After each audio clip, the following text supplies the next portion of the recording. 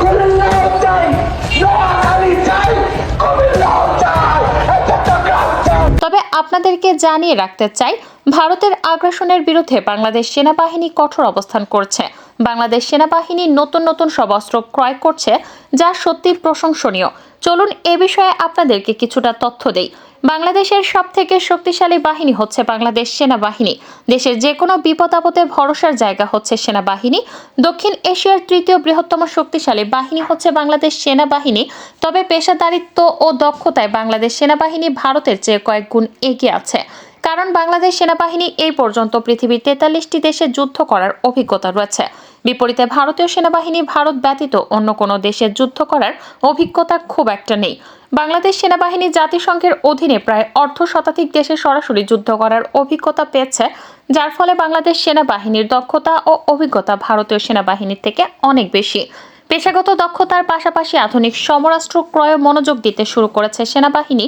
বিশেষ করে ভারতের হুমকি মোকাবেলায় বাংলাদেশ পৃথিবীর বিভিন্ন দেশ থেকে যুদ্ধাস্ত্র, ট্যাঙ্ক, যুদ্ধবিমান, যুদ্ধ জাহাজ ইত্যাদি অনেক কিছু ক্রয় করতে চলেছে, যেগুলো ফোর্সেস গ্লোবাল 2030 সালের মধ্যে বাংলাদেশ সেনাবাহিনীর বহরে যুক্ত হতে চলেছে। বর্তমানে বাংলাদেশ ভারত উত্তেজনার মধ্যে বাংলাদেশ সরকার আরও বেশি পরিমাণ সমরাস্ত্র নিজ দেশে উৎপাদন এবং বাইরের দেশ থেকে ক্রয় করার সিদ্ধান্ত নিয়েছে।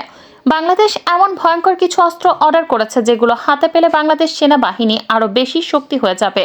বাংলাদেশ সেনাবাহিনীর একটি কৌশলগত অস্ত্র হচ্ছে এমফিবাস ট্যাঙ্ক। সম্প্রতি বাংলাদেশের সেনাবাহিনী চায়না থেকে 54টি উভয়চর ট্যাঙ্ক অর্ডার দিয়েছে। এই ট্যাঙ্কগুলো পানিতে এবং মাটিতে দুই জায়গাতেই চলতে পারে। এই ট্যাঙ্ক তীব্র স্রোতের মধ্যে অনায়াসে চলতে পারে। বাংলাদেশ নদীমাতৃক দেশ হওয়ার কারণে এ ধরনের ট্যাঙ্ক বাংলাদেশের জন্য অধিক উপযোগী। ভারত বাংলাদেশের মধ্যে যুদ্ধ হলে ভারত শুরুতেই বাংলাদেশের যোগাযোগ ব্যবস্থা ভেঙে দিতে চাইবে। এর জন্য তারা বাংলাদেশের ব্রিজ, সেতু, কালভার্ট ইত্যাদির উপর হামলা চালাতে পারে।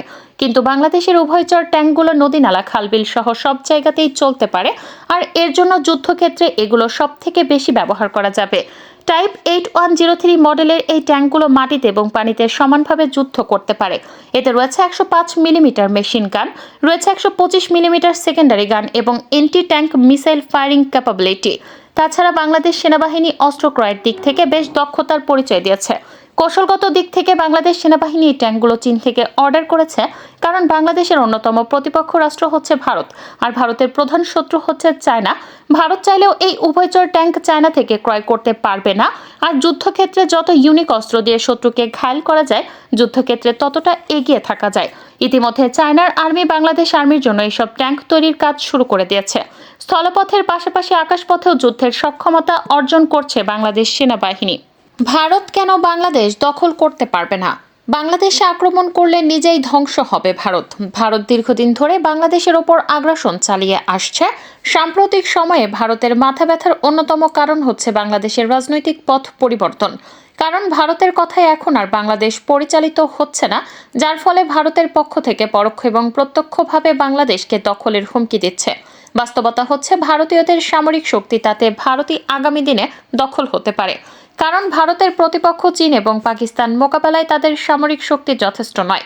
সেখানে বাংলাদেশ দখল করা ভারতের জন্য দিবার স্বপ্ন। আজকের ভিডিওটি দেখলে বুঝতে পারবেন ভারত কেন বাংলাদেশকে দখল করতে পারবে না। বাংলাদেশকে দখল করতে আসলে ভারত নিজে ধ্বংস হয়ে যাবে এবং কিভাবে ভারতীয় সেনাবাহিনীর থেকে বাংলাদেশের সেনাবাহিনী অত্যন্ত শক্তিশালী।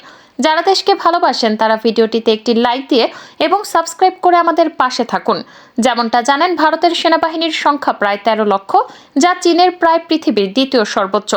ভারতীয় সেনাবাহিনীর একটি বড় অংশ তাদের অভ্যন্তরীণ নিরাপত্তায় নিয়োজিত রয়েছে, কারণ কাশ্মীর, মধ্যপ্রদেশ, পূর্বাঞ্চলীয় 7টি রাজ্য সেভেন সিস্টার্সের বিদ্রোহী দমনে প্রচুর পরিমাণে ভারতীয় সেনাবাহিনী মোতায়েন করা আছে। অন্যদিকে পাকিস্তানের সেনাবাহিনীর সংখ্যা প্রায় 7 লাখ, যার একটি অংশ রয়েছে অভ্যন্তরীণ নিরাপত্তার স্বার্থে। সুতরাং পাকিস্তানকে এবং অভ্যন্তরীণ সংকট মোকাবেলায় ভারতীয় সেনাবাহিনীর অন্তত 8 লাখ সৈনিক প্রয়োজন হবে। অন্যদিকে অবশিষ্ট মাত্র 5 লাখ সৈনিক দিয়ে ভারত চায়নার মোকাবেলা করবে নাকি বাংলাদেশ আক্রমণ করবে? সেনাবাহিনীর সংখ্যা বিবেচনায় ভারতের পক্ষে এই মুহূর্তে পাকিস্তান, বাংলাদেশ কিংবা চীনের বিরুদ্ধে অফেন্সিভ মিশন পরিচালনা করা সম্ভব না। কারণ কোন দেশে আগ্রাসন চালাতে গেলে সেই দেশের থেকে 3 গুণ বেশি সেনার প্রয়োজন হয়। ভারতের অবশিষ্ট 5 লক্ষ সৈন্যের মাঝে অন্তত 3 লক্ষ সৈন্য লাগবে চীনের মোকাবেলায়, যার ফলে বাংলাদেশের বিরুদ্ধে সর্বোচ্চ 2 লাখ সৈন্য মোতায়েন করতে পারবে ভারত। বিপরীতে বাংলাদেশের সেনাবাহিনীর সংখ্যা 1,70,000। এই সংখ্যা বিবেচনায় বাংলাদেশে আগ্রাসন চালানো ভারতের জন্য সম্ভব নয়। তবে সমর্থন দেওয়ার মতো সমরাস্ত্র থাকলে অর্ধেক সৈন্য দিয়ে আগ্রাসন চালানো সম্ভব। যেমন ব্রিটেন, ফ্রান্স, যুক্তরাষ্ট্র এদের অন্য দেশের ওপর আগ্রাসন চালাতে খুব বেশি সৈন্যের প্রয়োজন হয় না, কারণ বিমান বাহিনীর অব্যাহত সমর্থন পেলে কম সৈন্য দিয়ে যুদ্ধে জয়লাভ করা সম্ভব। তাই ভারতীয় বিমান বাহিনীর সক্ষমতা সম্পর্কে আলোচনা করা দরকার। বিমান বাহিনী বলতে শুধুমাত্র যুদ্ধ বিমানকে বোঝায় না, বিমান বাহিনীর লজিস্টিক সক্ষমতা এর থেকে বেশি গুরুত্বপূর্ণ। ভারতীয় বিমান বাহিনীকে লজিস্টিক সাপোর্ট দেওয়ার মতো কার্যকর হেভি ওয়েট পরিবহন বিমান রয়েছে 10টি এবং মিডিয়াম ক্যাটাগরিতে রয়েছে 30টি। ভারতের মতো একটি বিশাল দেশের সৈনিক এবং রসদ মোতায়েন করার জন্য এই কয়েকটি ট্রান্সপোর্ট বিমান যথেষ্ট নয়। 2020 সালে চীনের সাথে সংঘর্ষ হলে ভারতের ট্রান্সপোর্ট পিলিটের ঘাটতি সামনে আসে। তৎকালীন সময়ে কয়েক সপ্তাহ লেগেছিল সৈনিক এবং সরঞ্জাম মোতায়েন করতে। ফলে বাংলাদেশের বিরুদ্ধে লড়াই হলে ভারতীয় বিমান বাহিনীর লজিস্টিক প্লে গেম চেঞ্জের ভূমিকা পালন করতে পারবে না। অন্যদিকে ভারতীয় বিমান বাহিনীর প্রায় 500টির মতো যুদ্ধ বিমান রয়েছে, এতে কোনো সন্দেহ নেই। বাংলাদেশের গুরুত্বপূর্ণ স্থাপনা সহজে বিমান হামলার মাধ্যমে ধ্বংস করতে সক্ষম হবে, কারণ বাংলাদেশের এমন কোনো শক্তিশালী যুদ্ধ বিমান নেই যা দিয়ে এ সকল ফাইটার জেটের মোকাবেলা করা সম্ভব। তবে বাংলাদেশের ভূখণ্ড দখল করতে হলে ভারতীয় বিমান বাহিনীর তেমন কার্যকরী ভূমিকা পালন করতে পারবে না, কারণ ভারতের বেশিরভাগ যুদ্ধ বিমান কাউন্টার স্ট্রাইক মিশন পরিচালনা করতে সক্ষম নয়। তারা এরকম মিশন শুধুমাত্র সিনেমাতেই দেখাতে পারে। ভারতের কাছে রয়েছে 270টি Su-30। এগুলো হচ্ছে এয়ার সুপারহিটিভ ফাইটার MiG-21 এবং জাগুয়ার, বর্তমান সময়ে অকার্যকর যুদ্ধ বিমান। ভারতের একমাত্র অ্যাটাক মিশনের পারদর্শী যুদ্ধ বিমান হচ্ছে মিরাজ 2000 এবং রাফাল যুদ্ধ বিমান, যার সংখ্যা প্রয়োজনের তুলনায় যথেষ্ট নয়, কারণ 40+ মিরাজ 2000 এবং 36টি রাফাল যুদ্ধ বিমান দিয়ে বাংলাদেশে আগ্রাসন চালানোর মতো সক্ষমতা পাবে না। তাছাড়া ড্যাসাল রাফালের মতো যুদ্ধ বিমান বাংলাদেশের বিরুদ্ধে ব্যবহার করার সুযোগ নেই। মাত্র 36টি এ ধরনের ফাইটার জেট রয়েছে, যেগুলো ভারতের বিমান বাহিনীর শক্তি। চীন এবং পাকিস্তানের মোকাবেলায় এ কয়েকটি যুদ্ধ বিমানের কোনো বিকল্প নেই। ভারতীয় বিমান বাহিনী রীতিমতো হিমশিম খাচ্ছে যুদ্ধ বিমান সংকট নিরসনে।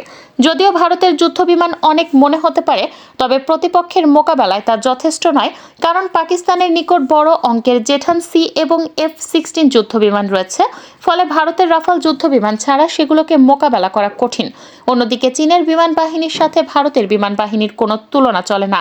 সুতরাং 40টি মিরাজ 2000 দেশে দিয়ে বাংলাদেশকে আক্রমণ করতে পারবে না। ভারত গড়ে দৈনিক 2 থেকে 3টি স্থানে তারা সাপোর্ট দিতে পারবে, জায়গার তুলনায় এটি 50 ভাগের 1 ভাগও হবে না। তাছাড়া গ্রাউন্ড স্ট্রাইক মিশনে আসলে ম্যানপেড এয়ার ডিফেন্সের কাছে নিয়মিত যুদ্ধ বিমান ধ্বংস হবে, যার ফলে ধীরে ধীরে এই সংখ্যা কমে আসবে। বাংলাদেশের বিরুদ্ধে ভারতীয় সেনাবাহিনী যেমন যথেষ্ট নয়, ঠিক তেমনই দেশটির বিমান বাহিনীও যথেষ্ট নয়।